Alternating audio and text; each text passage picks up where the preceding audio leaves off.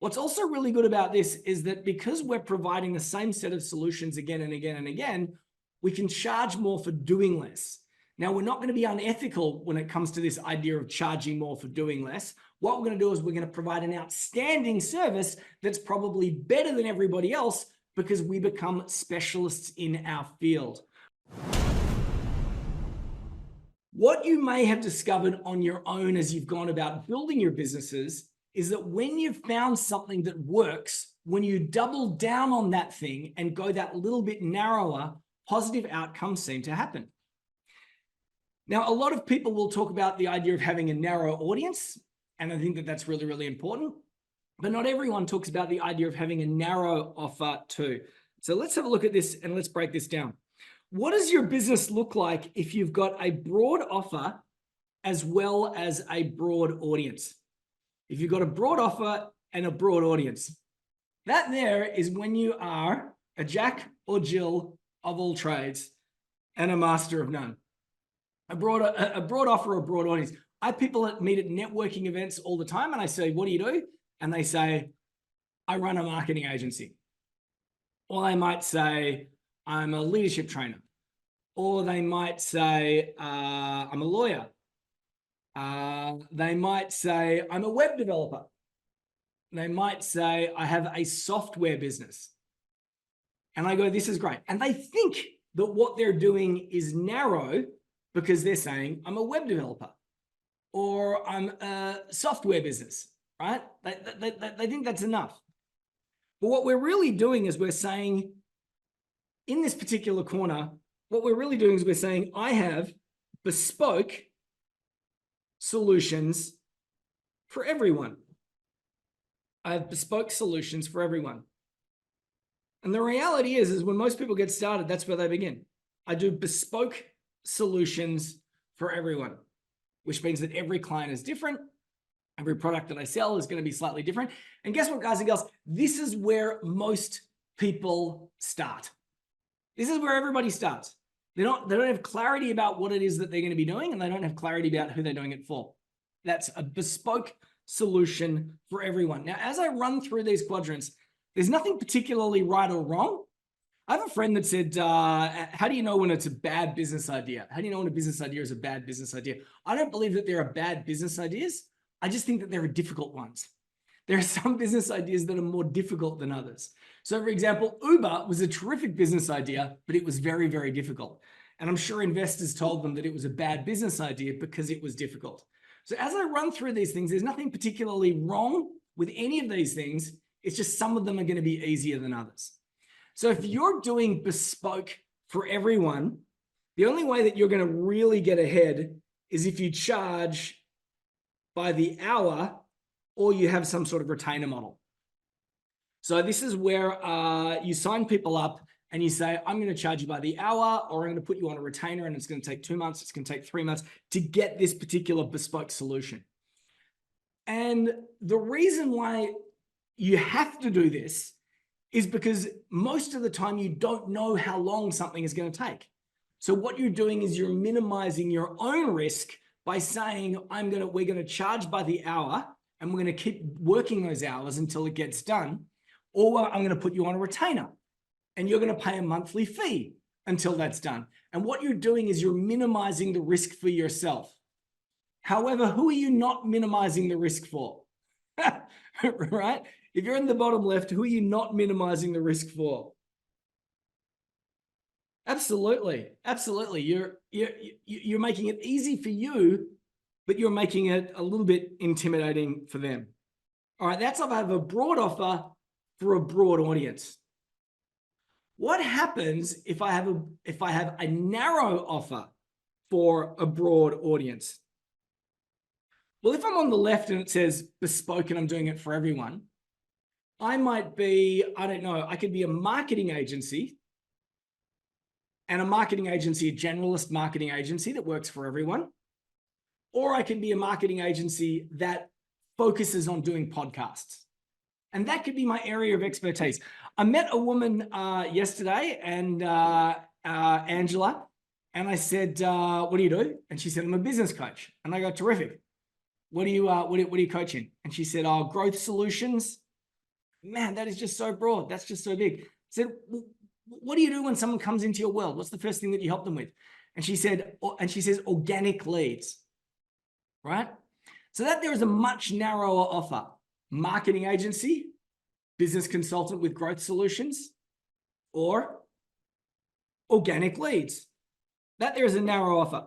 So if I was on the left and I was a software developer, I'm a software developer and I work for everyone. If I'm on the right here, it might be AI-powered solutions for everyone. So on the left, we have bespoke everyone. And then on the right, in this instance, we have AI-powered for everyone. Now, I say that because I know that we've got an AI consultant on the call. Hello, Sean. And again, if we're down here, it's going to be tricky to do the pricing piece. It can be difficult to do the pricing piece, but what we can do is we can charge by the project. So we can charge by the project. This is going to be charged by the hour, charged by the month, bottom right, charged by the project.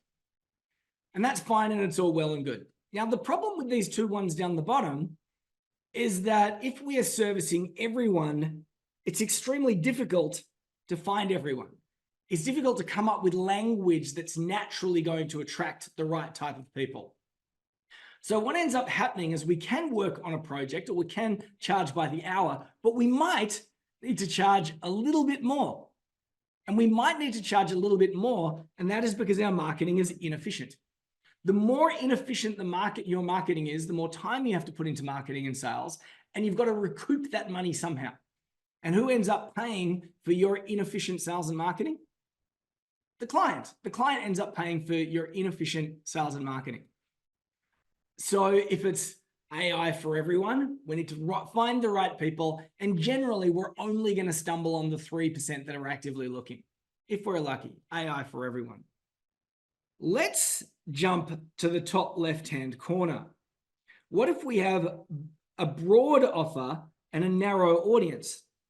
Well, here, once again, we have bespoke solutions, but then we might have a very specific target audience.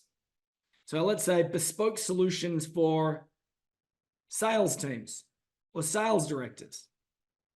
Now, what's cool about this is that suddenly our marketing just gets that little bit cheaper. And our marketing gets that little bit cheaper because we know who we're speaking to. We know how to find the sales teams. We know how to speak their language. And we dive into their world. But once again, we're stuck charging by the hour, or more likely in this particular instance, retainer. And that is because it's a broad offer and we don't know how long it's going to take. Once again, a retainer is great for you. We all love monthly recurring revenue. But however, for the client, it's not that great because they're thinking, when the heck is this going to end? And you can give them a time frame. It's going to take 3 months. It's going to take 6 months. It's going to take 12 months. That's the way it is. But if you know who your target audience is, it's going to be much easier to find them, which means your marketing is going to get cheaper. So what we end up over here down the bottom is if we can have a narrow audience, we can find our people cheaper. The broad offer is, if it's too broad, the sales cycle is going to take a really long time. And partly because people don't know exactly what they're going to get and how long it's going to take. And that's because every offer is different. If every offer is different, the sales cycle is always going to take a little bit longer because every single proposal is going to be different. It's all going to be a little bit bespoke. Where do you think I'm heading, guys and gals? Since the topic is called Double Down Consulting, and I call this the B2B Niche Navigator. What does your world look like if you've got a clear target audience and you have a narrow offer? Well, the interesting thing is if we look at the different options here and we look at top left where we have bespoke sales teams, or we have down the bottom AI for everyone. What happens when you take the narrow offer and you combine it with the narrow audience? Well, you might say, well, I've been doing AI and I like sales teams. Let's pull them together. What are the things, in particular, the headaches, the obstacles, the aspirations and desires that particular target audience is going to want from me? So we go, here's our target audience. Here's our narrow offer. How do we pull them together? So maybe someone on the call can help me out. If I'm a sales team, how would I want to be using AI? Now, I could go in the top right and I could say AI for sales teams, or I could go one step deeper and I say, we help sales teams use AI to get more leads, educate clients faster, build trust. And then suddenly the messaging changes it gets very, very specific. And we end up with a specific audience, a very specific audience.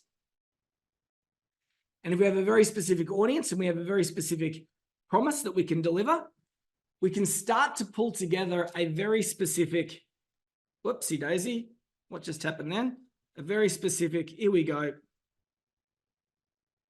package. And that is because all your target audience will largely be the same. So you can speak the same language, which means finding those customers is going to be cheaper. And the offer is also going to be largely the same. And if the offer is largely the same and the audience is the same, we can package it up into something that we can repeat again and again and again. Now, why is this double down consulting? Because I'm sure that you guys and gals are not in the bottom left-hand corner. I'm pretty darn confident that very few of you will be down the bottom left.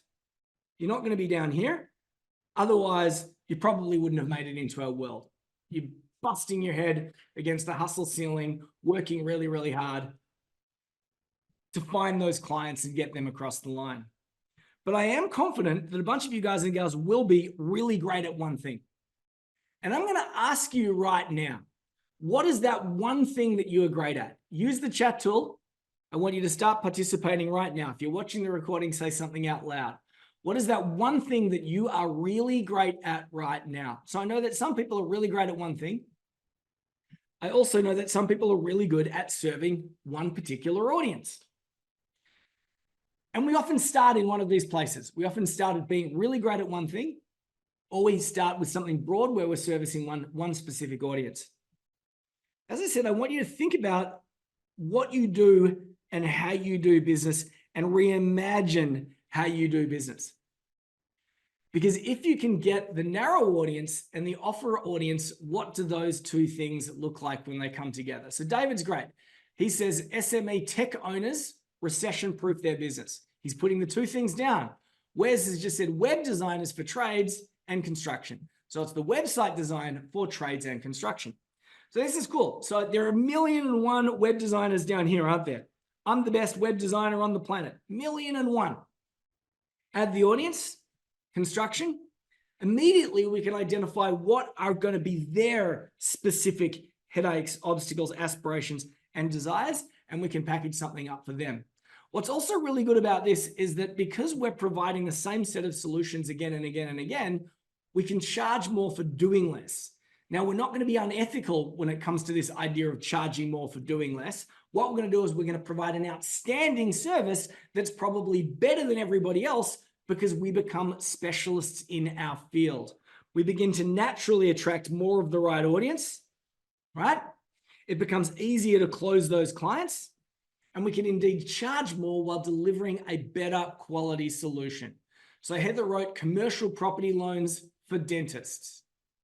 Barry wrote helping executives determine and communicate their offers to market and get highly priced positions. Helping executives get better jobs. And on we go.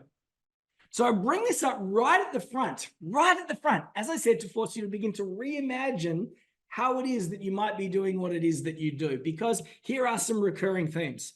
Smaller promises get. Do you know what smaller promises get? Use the chat tool. See if you can use the chat tool faster than I can write. Smaller promises get faster decisions. That's what they do. If you promise the world, I can do everything for you. I can do everything for everyone. Smaller promises get faster decisions. narrower audiences get? What do narrower audiences get? Narrow audiences get, I'm going to put it down here so I can write more clearly. Cheaper conversions. It used to be the opposite. It used to be the opposite. If I could market, if I had a broad target audience, I would run my advertising in a mainstream media outlet, because mainstream media outlets were actually the cheapest. The directory at the back. If I wanted a target audience, I had to go with trade media, and trade media got expensive. However, it's the opposite now. If I have a narrower audience, I can have a cheaper conversion. And when I say cheaper, I mean all the way down to free. So for example, someone mentioned dentists. Was it Heather? So imagine for a second dentists, there's probably the Dental Industry Association of America, the Dental Industry Association of Canada, Australia, New Zealand, wherever, which means that once Heather knows that audience, she can form a relationship with that audience. And that's one way to get a cheaper conversion. Smaller promises get faster decisions. Narrow audiences get cheaper conversions. Thanks, Barry, for writing better results. What do I get if I have smaller offers to narrower audiences? Use the chat tool and write down 1 or 2 words. What do you think your business would look like if you're running smaller offers to narrower audiences? There are no right or wrong answers here. It's how you feel about what it is that I'm writing here. So I could say smaller promises get faster decisions, narrow audiences get cheaper conversions, which means that smaller offers to narrow audiences get faster decisions and cheaper conversions. Let me look. Wes has said more sales. Excellent. Barry has said streamline processes. I like that. David says faster growth. I love that too. Louise says trust. Better results all around, says Ellen. Marin says the right customers for your business. I love that too. We attract the right people because we're talking to a specific audience and we're talking about the headaches that they have. And we're not selling what we do. We're selling a solution to real problems. Heather says a very large funnel. A very large funnel of suspects. Stephen writes, more profit. This is terrific. I'm going to write something that when I look at this as one of the 3 major components to get right if you want an outcome. I'm going to write on the screen right now. Consulting, let's change colors, at scale.